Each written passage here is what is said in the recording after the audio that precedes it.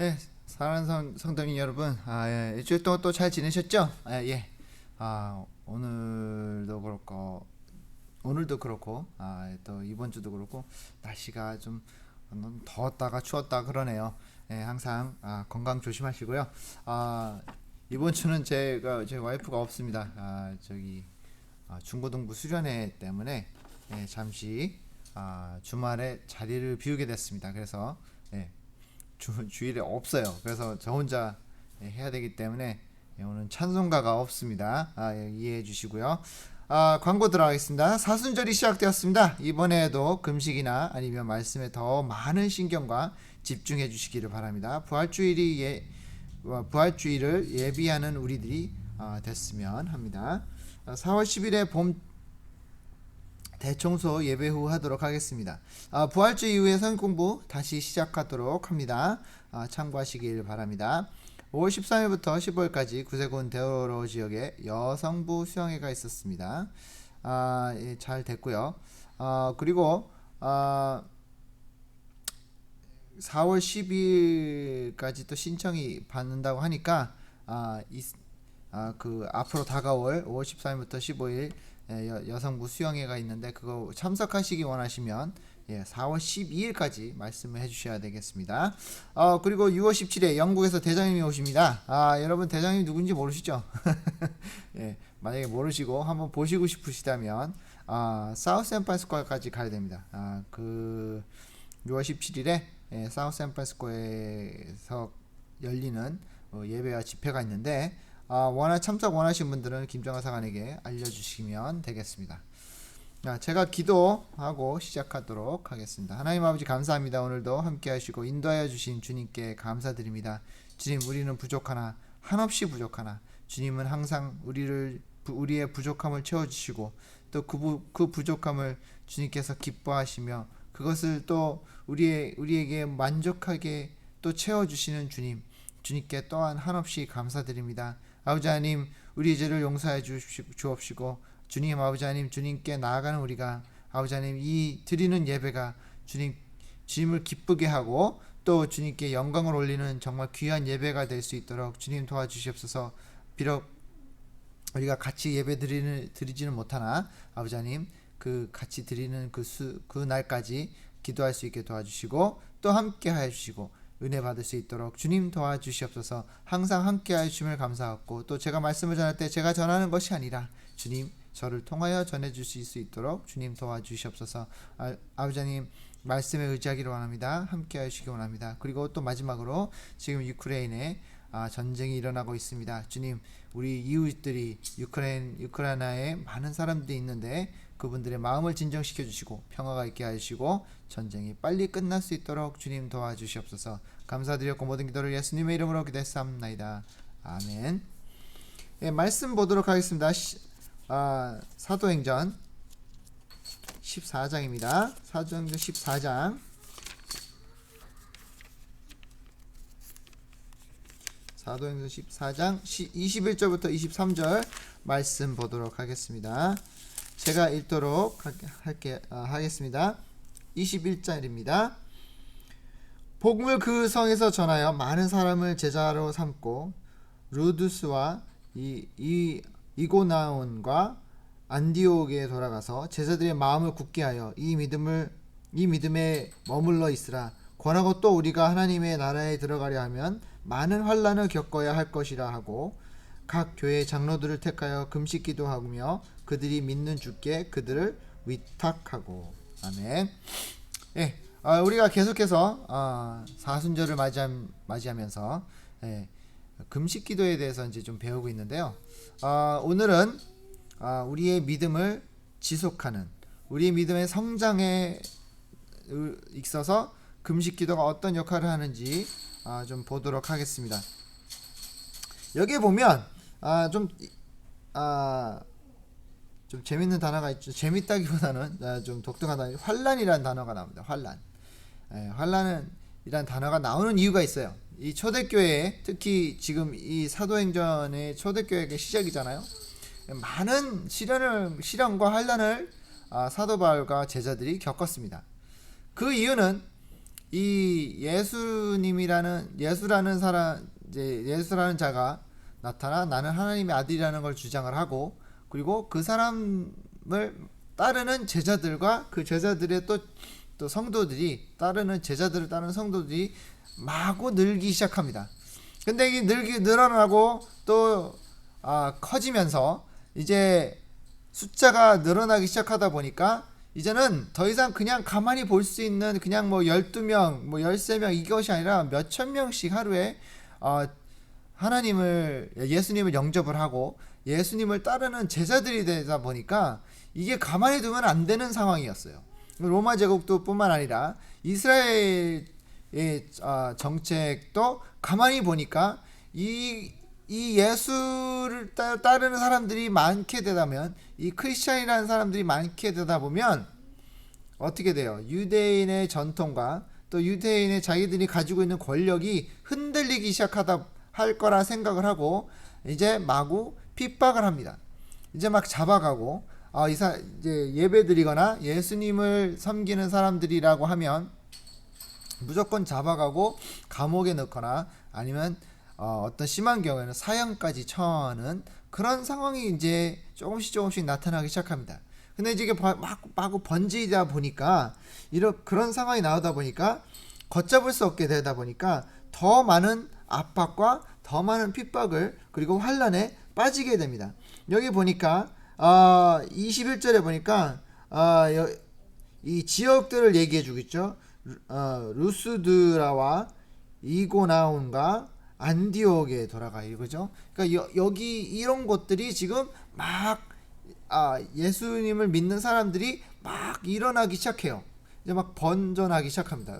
그 코로나 바이러스 번지듯이 막 번져요. 사람들이 막 하루에 몇백 명씩 몇십 명씩 막 이렇게 전도가 되고 또 예수님을 믿게 되다 보니까 갑자기 사람들이 이거는 우리에게 좀 타격이 있을 수 있겠다. 그냥 뭐 12, 13명이 아닌 몇천 명씩 이제는 어떻게 보면 몇만 명도 될 수 있어요. 이 시점에서는. 그러다 보니까 이제는 이 사람들을 빨리 끊어야 되겠다. 없애버려야 되겠다라는 그런 마음가짐에 이런 마음으로 이제 환란이 오기 시작합니다. 이 환란인데 영어로는 tribulation입니다. 근데 또 헬라어로는 딜라피스라는 단어인데 이게 뭐냐면 같이 몰아넣자, 같이 압력을 넣자라는 뜻입니다. 함께 압력을 넣자. 그러니까 이게 같이 누른다라는 뜻입니다. 압력을 넣는다, 압박한다라는 뜻이에요. 그래서 이 사도 바울과 또 그리고 이 제자들에게 다가오는 이 엄청난 압박이 굉장한 거예요. 보면 그러니까 이 삶에 이 전도하고 좋은 일을 하려고 제자들은 정말 이 귀하고 또 우리 모든 인류 사람들이 들어야 되고 받아들여야 될 이 진실을 알려주려고 열심히 자기들은 사역에 동참하고 일을 하고 있는데, 근데 자꾸 환란이 오고 또 시련이 오고 어려운 일이 막 닥치고 위험까지도, 생명의 위험까지도 다가오는 그런 모습이 자꾸 나타나는 거예요. 그러다 보니 많은 사람들이 너무 힘들다는 거예요. 이 철학자 중에 니체라는 철학가가 있는데 이런 말을, 유명한 말을 했습니다. 이런 말을 했죠. 나를 죽이지 아니하면 나에게 뭐라 그랬을까요? 나에게 큰 이익이 된다 라고 말을 합니다. 그러니까 한국에도 그런 말 있잖아요. 먹고 죽지 않으면 나에게 먹고 죽지 않으면 나에게 약이 된다는 그런 말이 있잖아요. 그러니까 그런 말이에요. 그러니까 이 니체가 이런 말을 했다라고 합니다. 그러니까 내가 이거를 통해 죽지 않으면 나에게 해로운 것이 아니라 의로운 것이라 라는 말을 했다라는 겁니다. 근데 그거를 가만히 보면 그런 일리가 있어요. 왜냐하면 이 인간에 있어서 좀 심리적으로 좀 따지다 보면 이런 이 심리학에도 그런 얘기가 있어요. 심리학에도 사람이 그냥 평범하게 아무런 시련 없이 아무런 도전 없이 살다 보면 그 삶은 제대로 이 사람에게 최대한의 삶을 살 수 있게끔 해줄 수 있는 상황이 아니래요. 그러니까 이 사람이 최대한의, 이 사람이 가지고 있는 최대한의 삶을 하려고 하면 그 사람은 시련과 또 어려움과 환난과 극복해야 될 그런 일들이 있어야지만 그 사람은 크게 성공할 수 있다라고 합니다. 근데 다 보면 그래요. 어떤 사람이든 좀 유명하거나 잘된 사람들을 보면 어떤 한순간은 시련이 있었고 너무나도 힘든 상황이 있었고 이제는 나도 그만둬야 되겠다. 여기 이제는 이게 나는 아닌가 보다라는 그런 말이 나올 정도로 힘들고 지치게 하고 그만두고 싶게 하고 어렵고 주저앉고 싶어하는 그런 일들이 그런 사람들에겐 그걸 극복해냈을 때 크게 성공했다라는 거예요. 여러분 아실지 모르겠지만 농구 선수 마이클 졸든이라는 선수가 있습니다. 아주 유명합니다. 프로 농구라고 생각하면 한국이 아니라 이제 전 세계에서 농구를 좀 보신 분들이라면 마이클 졸든 하면 모르는 사람이 없어요. 정말 유명합니다. 레전드. 그러니까 이 사람은 농구하면 떠올리지 않을 수 없는 그런 인물이에요. 아직도 살아 계시긴 하지만 정말로 대단한 선수였어요. 사람으로 대단한 게 아니라 선수로서는 기가 막히고 이 사람이 농구에 저는 이제 어렸을 때 이 사람이 농구하는 걸 봤는데 정말 대단해요. 이 사람은 뭐 농구의 신이라고 불릴 정도로 너무나 농구를 잘한 선수였습니다. 그런데도 이런 선수에게도 어려움이 있었어요. 그러니까 재밌는 얘기가 중학교 때 이 마이클 졸든이 이제 농구 이제 고등학교 학교팀 선수로 출마하려고 이제 그 심사를 봤어요. 근데 떨어졌어요. 농구 못한다고. 그러니까 너무 이 마이클 졸든에게 좌절된 거예요. 나는 이걸 좋아하고 이 운동을 좋아하고 이거에서 잘하고 싶다라는 그런 오기가 생겨서 좀 부끄럽고 창피한 그 순간을 잘 극복하고 죽으라 연습을 했대요. 나는 다시는 절대로 떨어지지 않으리. 나는 절대로 남에게 지지 않으리라는 그런 오기와 욱하는 성격이 있어가지고 매일매일 학교 끝나자마자 농구 코트에 가서 농구공을 슛을 했대요. 하루에 1000개를 했답니다. 1000개. 농구 슛을 1000개를 했대요. 비가 오나 눈이 오나 해가 뜨나 안 뜨나 정말로 열심히 했다라고 합니다.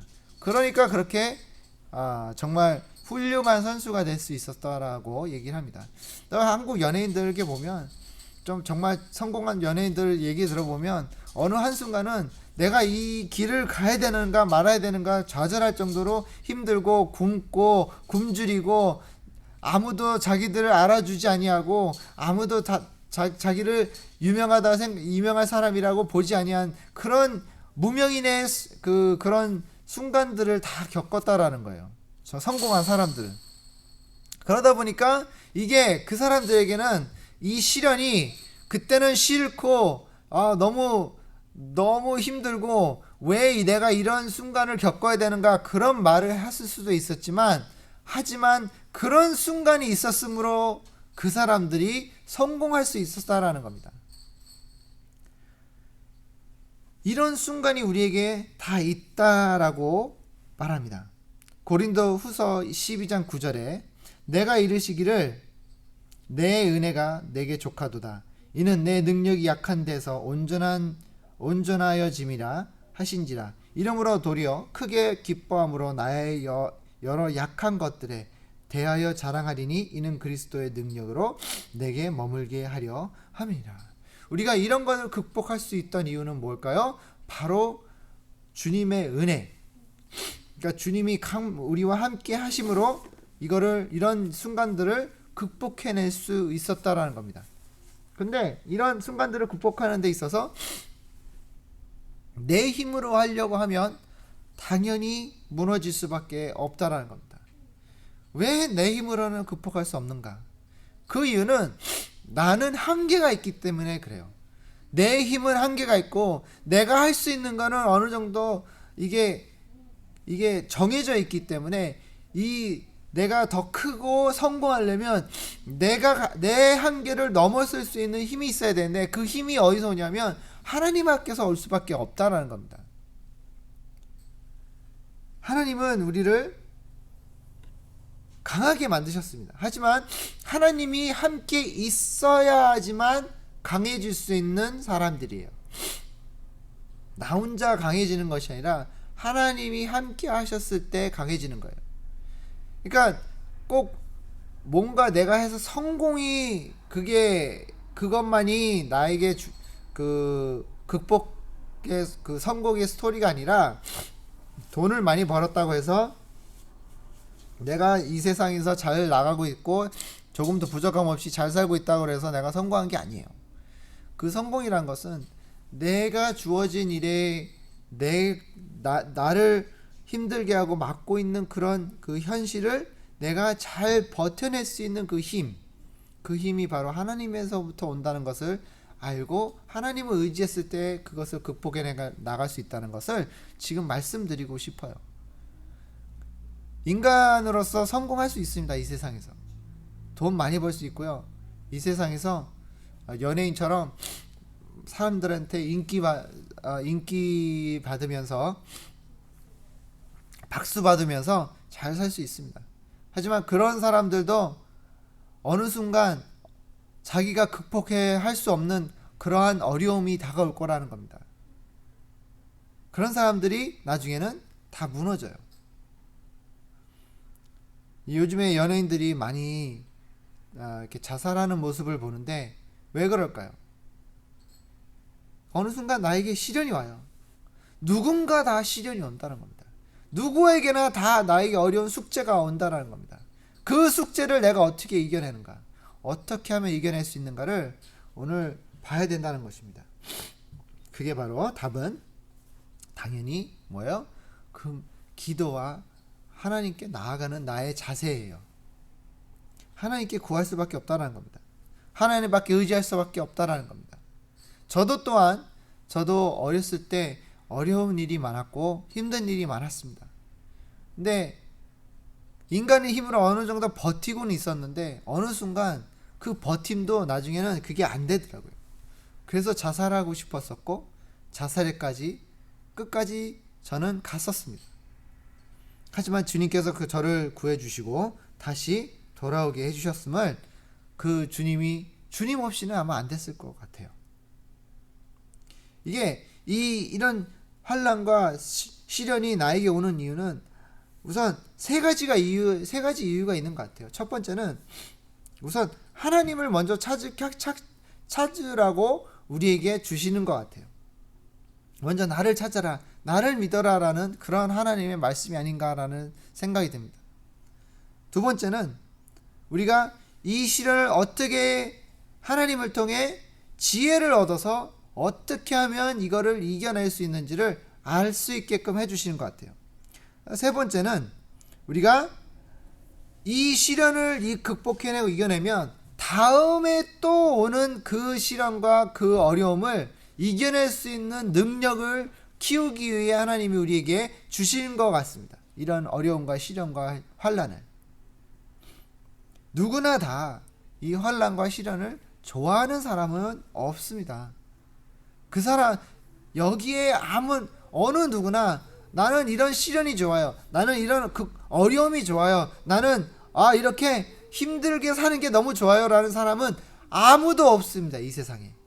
하지만 이것을 이겨낼 수 있는 능력과 이것을 극복해낼 수 있는 그런 힘과 그리고 내가 이 어려움을 잘 버텨내고 견뎌내어 더 강하고 더 큰 사람이 되기 위해 하나님을 내가 믿고 하나님을 내가 더 의지하고 하나님께 매달릴 수밖에 없는 내 모습이 있어야지만 그것을 극복해내고 이겨낼 수 있다라는 겁니다.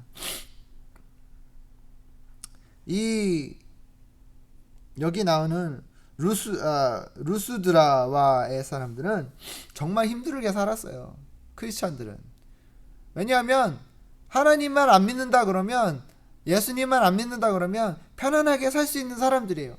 근데 예수님을 믿는다라는 말을 했기 때문에 어떻게 됐을까요? 자기네들이 어렵게 살고 힘들게 사는 거예요. 하지만 그런 사람들도 다 이겨냈다는 겁니다. 왜? 그 사람들이 무엇이 있었기 때문에 하나님을 사랑하는 마음과 믿음과 기도, 간구하는 기도, 꼭 금식 기도가 있었기 때문에 이겨낼 수 있었다는 겁니다. 금식 기도라는 것은 정말 우리가 필요할 때 너무나 하나님 앞에 꼭 내가 구해야 되는 그런 순간이 왔을 때 하는 거예요. 근데 이거를 우리가 하면서 하나님이 누군가를 좀 더 이해하고 하나님이 나를 어떻게 이 상황을 인도해 주실 것을 기도하고 기대하면서 우리가 하나님을 좀 더 의지하고 믿음으로 지켜나가야 되는데, 그런 거를 하기 위해서는 금식 기도가 우리의 삶에 필요하다는 거예요. 우리에게 어렵고 힘들고 내가 극복해내기 힘들어하는 그런 상황들이 왔을 때 금식 기도를 통해 내가 이겨내야 된다는 겁니다. 우리는 꼭 이겨내야 됩니다. 꼭 이겨내야 되고, 우리는 이것을 이겨내지 못하면 무너질 수밖에 없는 것을 다시 한번 예수님께 고백을 해야 돼요. 우리 지금 우리 지역에 있는 교회들, 우리 서부에 있는 교회들이 많이 힘든 상황에 있습니다. 왠지 아십니까? 너무 편해서 그래요. 교회가 시전이 없어요.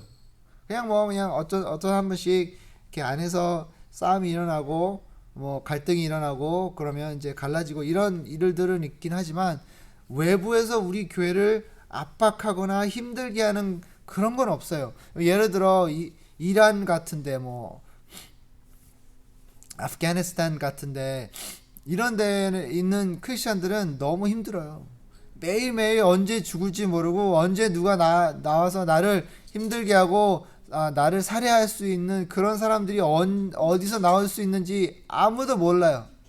그런 어려움에 내가 예수님을 믿는 그 한마디 때문에 내 가족이 살해당하고, 그 한마디 때문에 내 삶이 부셔지고 깨지고 없어지는 그런 어려운 현실 속에 있는 사람들도 다 지금 어떻게든 이겨내려고 하지만 힘든 상황이 있지만, 그 사람들도 지금 예수님 오직 그 십자가를 붙들고 지금 살고 있는 거예요. 그렇기 때문에 그 교회는 무너지지 않는다는 거예요. 그 교회는 없어질 수가 없는 교회입니다. 왜? 그런 어려움을 통해 그런 그 상황을 극복해내고 더 강해지고 더 믿음이 더 강해져서 더 이상 그 교회는 없어질 수가 없는 그렇게 강한 교회가 만들어지는 거예요. 우리 한국 교회도, 초대의 한국 교회도 다 그랬다라는 겁니다.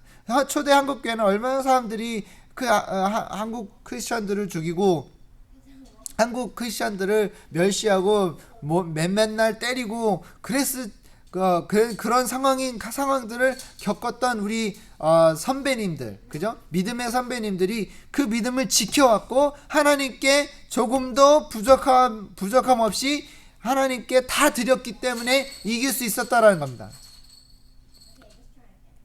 근데 우리 교회는 요즘은 여기 특히 미국에 있는 교회는 너무 편해요. 제 생각이 너무 편한 것 같아요. 아무런 압박이 없어요. 외부에서 온 압박이. 조금씩 이제는 요즘 시대에는 조금씩 있다고는 하지만 아직까지는 그렇게 어렵지 않습니다. 누가 예수님 믿는다고 해서 누가 와서 총 들고 와서 너 믿지 마 이런 말을 하는 사람은 없어요. 우리가 이 테크놀로지와 또 이 사회의 변화한 모습을 우리가 겪으면서 좀 편하긴 하지만, 또 믿음 생활에 조금도 부족함 없이 할 수는 있지만 우리가 조심해야 되는 게 뭐냐면 나태해지면 안 돼요. 믿음으로 내가 너무 편해지면 안 돼요. 믿음으로 내가 항상 깨어있고 항상 내가 주님을 바라보면서 매달려 있지 아니하면 내 믿음은 무너질 수밖에 없고, 그리고 또 내 믿음이 차차차 약해질 수밖에 없다는 겁니다. 왜 서부에 있는, 특히 유럽에 있는 교회들이 죽어갈까요? 그 이유는 하나님을 버렸기 때문에 그래요.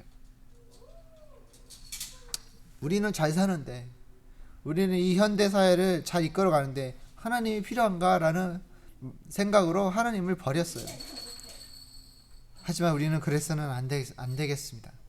이 시련과 어려움을 극복하는 우리가 되어서 하나님을 기쁘게 해야 되는 것입니다.